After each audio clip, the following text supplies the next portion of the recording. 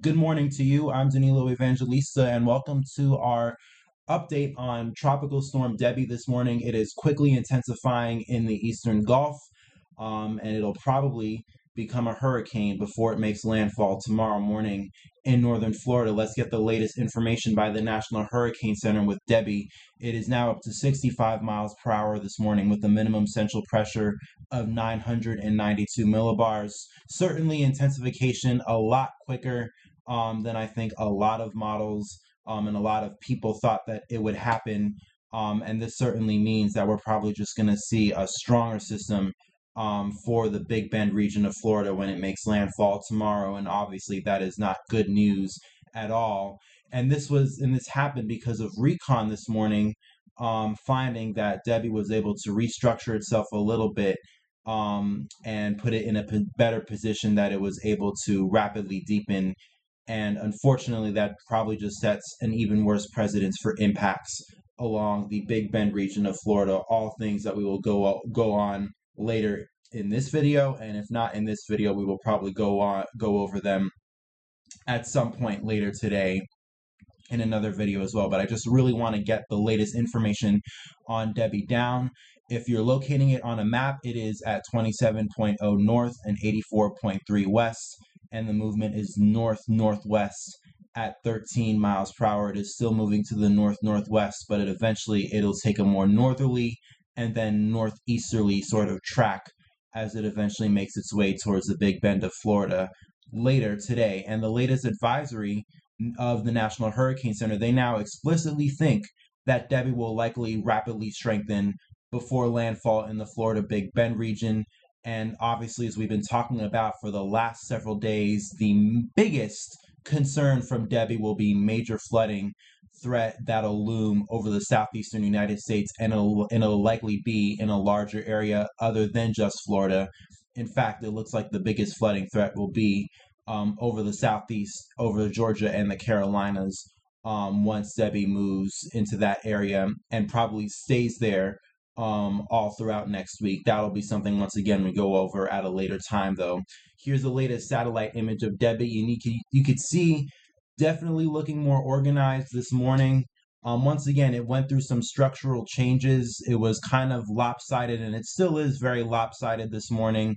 And because of that, lots of heavy rain is being brought to the west coast of Florida. They're seeing lots of heavy rain and even gusty winds all the way from southwestern Florida and the Keys up into the Tampa Bay region.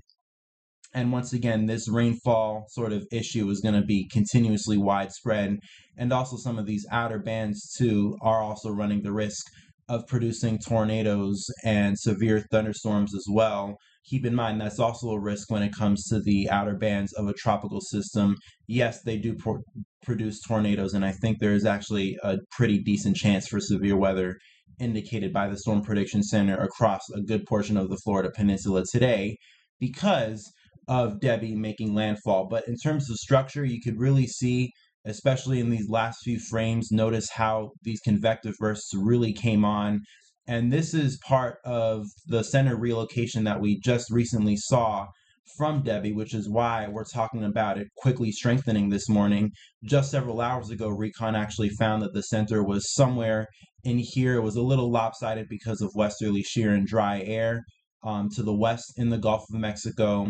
But then, as you can see by these convective bursts, we were able to see a center relocation inside the center. We were able to see more real, I guess you could say, alignment of the core structure of Debby. And you can see that on radar too, where the center is, or at least where the center relocated to. And you notice it kind of has a primitive eye wall, eye-shaped structure associated with it on radar. And right here is where these convective bursts are located. And because of that, that means Debby was able to align itself pretty nicely. And because of that, we were able to see pretty quick strengthening from Recon. And you could actually see, if I could really quickly reload this. But earlier this morning, Recon found Debby 1,002 millibars, kind of to the southwest of where the current center is. And then once we were able to see that jump, they then found a new center to the northeast of that and recent dropper data from the recon indicated that it indeed was showing pressures potentially down to 992 millibars, and obviously that is what the National Hurricane Center went with, and obviously it indicates that Debby is a very quickly intensifying storm. I mean, it went from 1,002 millibars to reconfining 992 millibars in one recon mission. That is certainly lots of intensification and deepening. Well, intensification in the winds, we went up to 65 miles an hour, so we're seeing some intensification there, but especially in the pressure, lots of deepening, certainly within one recon pass. And that certainly, if you look at the National Hurricane Center track now, that certainly kind of plays into the idea of a hurricane landfall probably along the Florida Big Bend region. In fact, probably within the next 12 hours, we're going to see a hurricane. Wouldn't shock me, especially given how fast we deepened just over the last 2 or 3 hours with Debby. And it's going to traverse over the extremely warm Gulf of Mexico waters, especially near the northeast Gulf of Mexico, near the Florida Big Bend. Temperatures are 31, 32 degrees Celsius, and that is near record warm levels, and obviously that is rocket fuel for rapid intensification. The current National Hurricane Center intensity, I believe, is at 90 miles per hour, I think they expect now by landfall. But because of what's happening recently, what's been happening over the last several hours, National Hurricane Center expects 90 mile per hour before landfall. I personally wouldn't be shocked if this even is able to break Category 2 status quickly right before it makes landfall. Certainly makes sense given that conditions should generally be favorable, and now this is much more of a stacked storm. This was able to undergo structural realignment to where it was able to intensify pretty quickly just within the matter of 2 to 3 hours. You can only imagine how much more quickly it'll probably try to intensify before it gets to the Big Bend region. And if you look at the models, honestly, and I think this is something that we should be seeing, even if we look at a model like the GFS, they have it analyzed. This is analyzed as of 60, so this is as of 2 a.m. this morning. We go from 1,005 millibars, and then just within 24 hours, the GFS, which is a global model, we see this as a weak tropical storm. Even then, the GFS, which is a global model, strengthens this storm rapidly into 980 millibars, probably a Category 1 hurricane on the GFS model. And this is by 8 a.m. tomorrow morning, right on the Big Bend. And if we're seeing a model like the GFS, which normally doesn't latch on to rapid intensification, obviously because it's a global model, that's what I've been really meaning to say.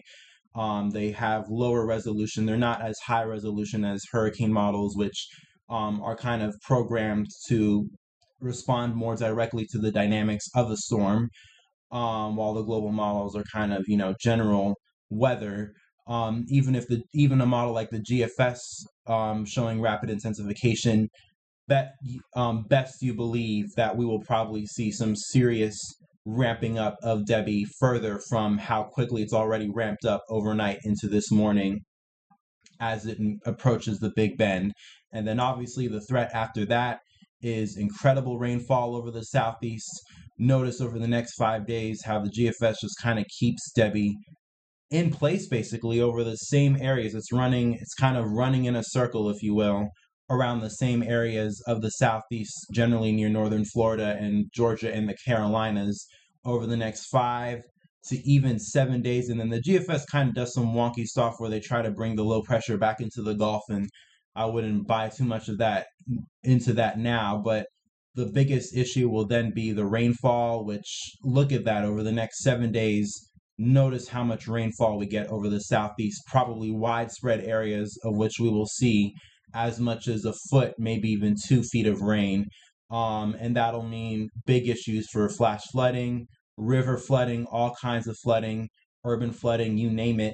And that's just going to be a really big threat on its own that we're going to need to watch for over the next several days. And I'll probably do a video this afternoon detailing those threats further. But I think the first threat that we need to keep in mind right now is hurricane landfall, very likely now on the Big Bend. Tomorrow morning, we're going to see, well, that's already going to be a threat in its of itself. We're probably going to see 90 to 100 miles per hour with this storm at landfall. Wouldn't shock me if we see the latter. And we'll see storm surge and all that kind of stuff, which will be the initial threat to the coast. But there will also be coastal threats as well. I just saw, if you actually saw the National Hurricane Center cone, there is actually tropical storm watches now in effect for the coastlines of Georgia and South Carolina. So there will be a wind threat with this too. It's just generally going to be very nasty weather over the next several days in the southeast, and it'll be something that we'll be watching very closely from start to finish as it progresses. There's definitely going to be a lot that we need to keep in mind, and we'll certainly continue to do it here on YouTube. Once again, probably going to post another update this afternoon, posting constant updates on Twitter. So if you want to follow me there, it's the same name I have on YouTube, Danilo Evangelista. Search it up on Twitter, and hopefully you should get my Twitter account. And once again, there I'll be posting information just about whenever any single new piece of information comes out on Twitter. It's much easier to put a tweet that I could write out in 30 seconds than have to make a whole 10-15 minute video like I'm doing for you here on YouTube. But I'll certainly be doing another one today, probably going much more in depth of all of the impacts we're looking at for Debby. So certainly lots to keep up with here. Once again, continuing coverage throughout the rest of the day. If you found this video informative and you want to keep up with coverage on my channel, please, I urge you, I don't want to, well, not urge you, but I encourage you to subscribe, like this video, share with family and friends, especially those that are going to deal with these threats from Debby over the next several days or so. And we'll see what happens from here on out. With that being said, stay safe to you all, peace, love, and kindness, and we will certainly talk again very soon.